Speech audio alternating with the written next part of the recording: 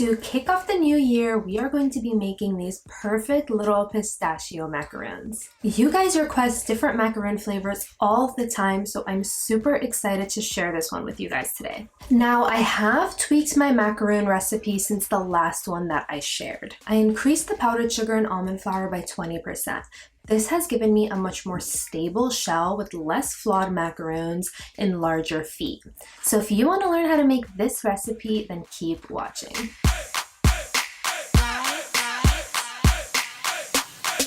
First things first, we are going to get started on our macaron shells. Now, there are two different methods that you can use when you're making macarons.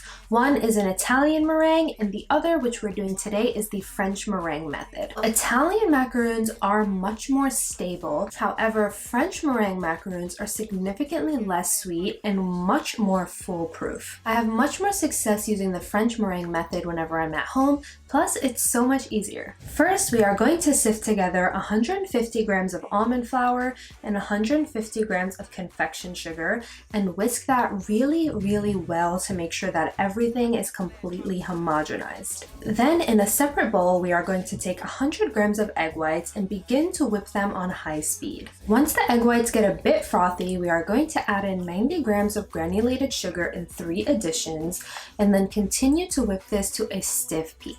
Now we are going to add in our green color. You want to be sure to use a water-based color for this step. If you use a gel-based or an oil-based color, the fat that's present in those will deflate our meringue. Now add your color little by little. We can always add more, but we can't take away the pigment.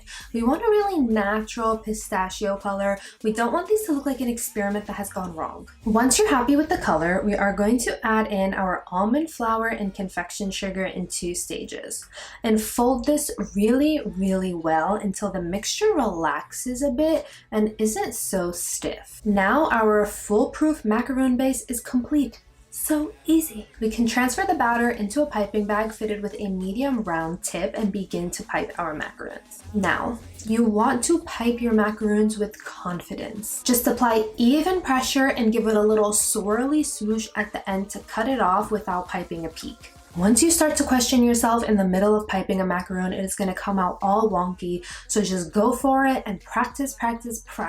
You can pipe these onto a silpat. You could also use parchment paper. Just make sure that you oil the base of the tray really well so that parchment paper really sticks and seals onto the tray and doesn't slide around. Now we have to tap that tray. This is going to push out all of the air bubbles and even and flatten out our macarons. I find that the best way to tap your macarons is to hold your tray and then tap the bottom of the pan.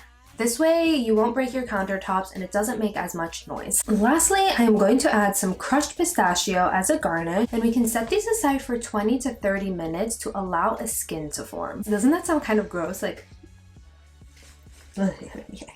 once your skin has formed on the macarons, these can go into the oven at 300 degrees for about 8 to 12 minutes. It's really going to depend on your oven, but the way you'll know that they're ready is if you wiggle the top of the shell, it won't slide side to side. Now let's move on to our pistachio ganache. We are going to place 100 grams of cream in a pot and place that over medium heat. In this cup, I have 200 grams of white chocolate and I am adding in 60 grams of pistachio butter. This is the pistachio butter that I'm using. I get it off of Amazon. I will link it below in my Amazon affiliate link. Please buy this from my link. This pistachio butter is delicious. It's amazing. It literally only has one ingredient, and that is pistachio. It is full of nutty pistachio flavor, and that is exactly what we want. Once the cream comes to a boil, I'm going to pour this over our chocolate and pistachio butter.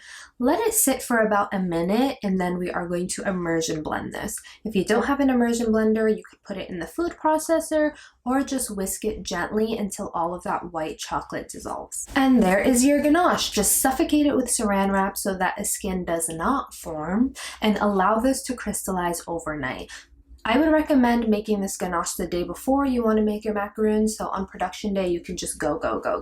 And that's it. So simple, so delicious, and this recipe is a great basic ratio for any nut-based ganache you might want to make that's still pipeable. Now that our macaroons are done, I'm going to allow the shells to cool completely, then gently release them from the tray and begin to pair them up with 2 shells that are the same size. Then once your ganache is properly crystallized, it should have a beautiful texture like this, and you can place that in a piping bag and pipe a generous amount in between those shells. Really fill it up, do not be cheap. We want those macaroons to be full of flavor. Place that top shell back on and we are ready to dig in.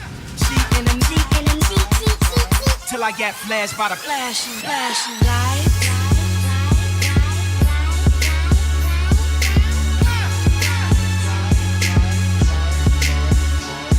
Damn.